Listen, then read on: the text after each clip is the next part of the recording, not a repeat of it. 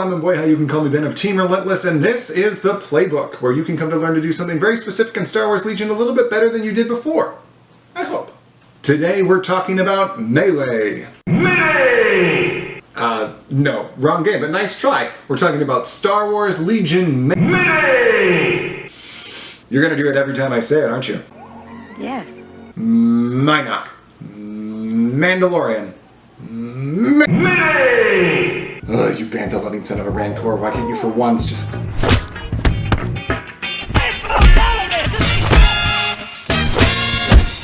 Sorry about that, my AV guy and I just needed to sort out a little something real quick, but now we're back! So we're talking about Melee because there's a lot more to it than meets the eye. When I first started playing Legion, I basically just thought of Melee as a means to smack something with a lightsaber baseball bat. And to be fair, it is that a lot of the time.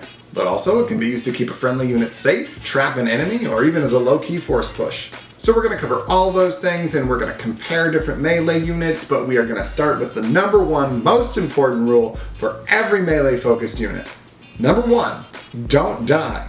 Yeah, so if your army includes any units that really want to get into Melee to do their thing, you really have to do everything you can to keep them alive. My teammate Nerfly says this about Melee characters. Play them like drama queens. What? Melee units should arrive late to the party, be the center of attention, and ruin everyone's night. It's all Obi-Wan's fault. He's jealous. So to do that, they need to not die. There are lots of ways to keep units safe, but in general you're going to do things like hide them out of line of sight, keep them out of range of attacks, give them dodges if they're exposed, maintain order control so they activate when you want them to, or keep medics or units of Guardian nearby, or anything else that keeps them safe from taking fire. Sometimes you might have an instinct of feels bad when an expensive unit like Vader or Luke is just sitting there for the first several turns of the game not doing anything, but actually, that's usually a sign that you're doing it right. Embrace the feels bad. Number two, defensive engagements. So speaking of staying alive, we need to talk about how units that are engaged can't be shot at. Now just to make sure that there's absolutely no confusion about this, let's double check to make sure that we all are on the same page about what I mean when I say engaged. Yeah, see, that's not it. So in Legion, being in Melee just means that any two units are touching bases. Again, not like that. Whereas engaged is a special word used for trooper units that are in Melee with each other. This is an important distinction because it's only when a unit is engaged that it's safe from enemy fire.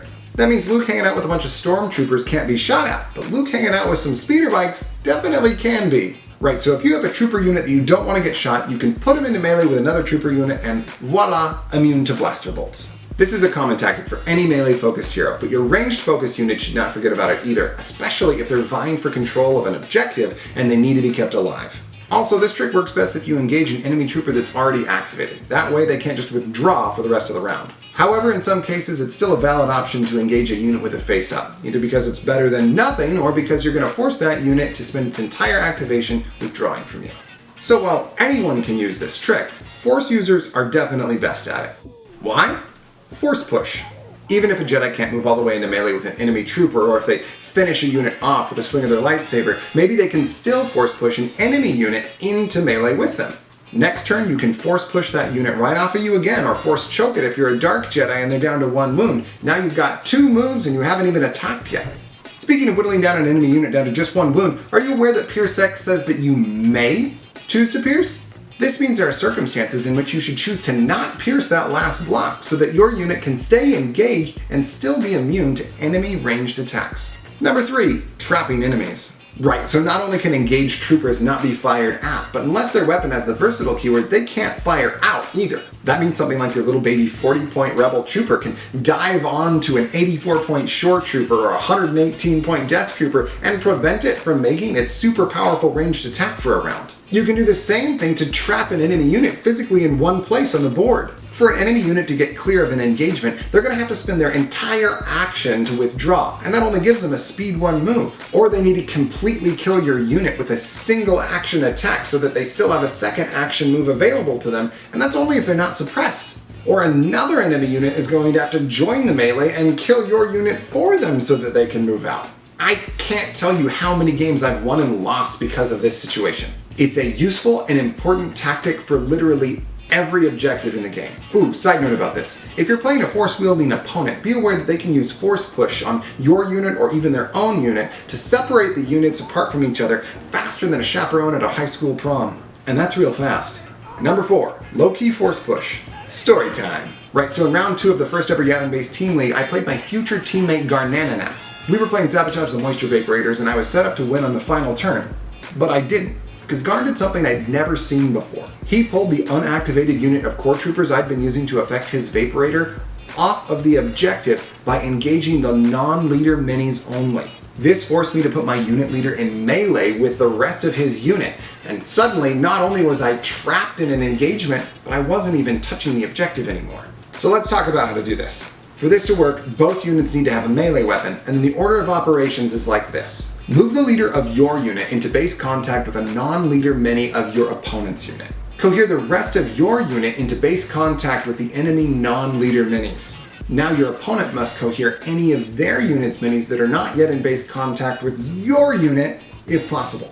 Side note, for this to work, you also need to make sure that there's a legal place for your opponent's minis to be placed into. If space is so tight that there isn't a way for them to place their unit leader in melee, then they can put it anywhere in cohesion with the rest of their unit. Again, since that first game against Garn, I can't tell you how many times I've won or lost because of this high-level play. It's an extremely important skill to include in your Legion tool belt. Number 5, melee unit comparison. Right, so quick disclaimer, I'm about to use my crazy rating number system again, but I think we've got time in this video for me to give you a quick 15-second explanation of where these numbers are coming from. Race to the finish. Defensive rating is how many shots it should take to kill a unit if it rolls exactly average on defense, plus bonuses for keywords. Melee rating starts with how many hits and crits a unit is expected to roll in a single attack, then weights the crits and adds bonuses for keywords. Range firepower is the most complicated, and we don't really care about it for this video, so... Did I make it? Success. Yes! Let's look at some spreadsheets. On the left, you can see some of the most common melee units and their typical configurations, plus some less common ones for the sake of comparison, and they are sorted by their melee rating. And here on the right, you can see them arranged by their defensive rating. I've also included their cost in points and what their ranged firepower rating is. These spreadsheets are linked in the description, so you can ogle them whenever you want, as often as you'd like. So what do we notice? If you're like me, then maybe the first thing you notice is the BXs. They hit like a truck in both melee and range, and they only cost 104 points. But they also have one of the lowest defensive ratings of the units that we're comparing. I guess that makes them sort of like the glass cannon of melee units, like a glass katana. I don't know, that seems alright. Glass saber. It's a glass saber. The second thing I notice is why I don't ever run Sabine with the dark saber. It really isn't that good, and she doesn't even have charge. You can also see why people don't typically run melee Wookiees or Dewbacks, because they're at sort of the bottom of both lists, although they are somewhat inexpensive. Now, not included in any of these numbers is the strength of the command cards that the operatives and commanders bring with them. Those were just too nebulous for me to try to quantify numerically, and that's probably why Obi-Wan and Dooku are a little bit lower than you probably expected them to be. So, yeah, lots to notice. Take from it what you will. It shouldn't come as a surprise that Vader's at the very top of both lists. It's very on theme. When it comes to melee, force wielders are really where it's at. However, there are lots of units that can still hold their own. Bonus!